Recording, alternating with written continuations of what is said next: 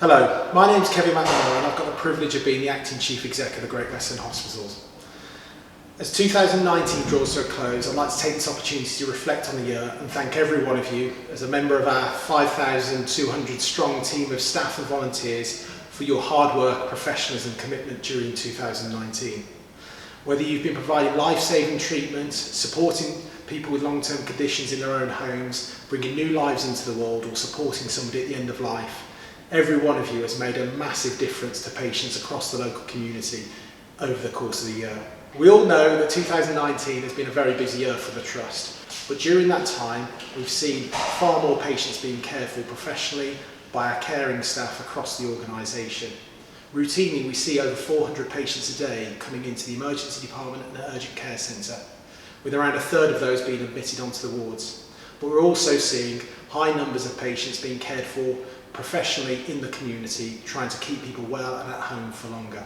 In the early summer we launched our new 5-year strategy where we place quality at the centre of the 4 pillars, making sure that everything we do is focused around the patient and to drive improvements in the quality of care. I'm Charlotte Forsyth. I became Medical Director in June of this year. Since I became Medical Director, I've been really impressed with the new developments we've got. We have a new older persons pathway that's providing a different pathway for our patients that are coming into the hospital, where they get seen by a geriatrician much earlier on in their stay to get that expert advice.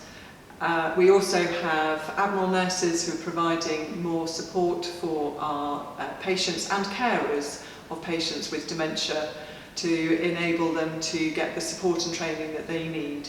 We have recently opened a neonatal transitional care unit. This is an initiative to keep mums and babies together, so even though the baby may be unwell and require ongoing treatment, this can be provided with the mother so that they stay together to improve their bonding at that early stage. This year there's been a big investment in our IT infrastructure. We have upgraded our electronic prescribing system, which went incredibly well and is much liked by the staff now. We have invested in over 10,000 LED lights, which is a really good thing for the Trust and good for the environment as well. In order for our clinical staff to be more efficient and to spend less time, we've introduced a tap-on, tap-off system. They can just use their badges to tap on and tap off to the computers, which makes it much more efficient for them. We have seen a marked increase in our research capabilities. Over 800 people have now been enrolled in national trials through the hospital. Towards the second half of this year we've seen a massive team effort helping mobilise an additional 30 beds out in the community. This is providing us with much needed extra capacity as we head into winter, something that's absolutely beneficial for patients but also supporting staff across the organisation. This is only made possible through great teamwork from medical staff, nursing staff, therapy staff, working with a range of support staff enabling that to make it happen. As a clinician, I am very aware that despite our very hard-working staff within the hospital, we couldn't do what we do without the help and support of our partners and our large group of volunteers that come into the Trust, give their time up to come and help us. Without these people, we wouldn't be able to go that little bit extra to give our patients the care that they need and also the help for when they get discharged home. If this year's taught us anything, it's that whether it's a blackout on a snowy Friday in February or it's managing demand safely across the organisation, and no matter what is thrown at us, our team rise to the challenge. In 2019, we also welcomed staff from 2 GP practices in Swindon, Abbey Meads and Morden. Staff have been providing services there in challenging situation over the past 12 months, and we're delighted to have them as part of the Great Western family.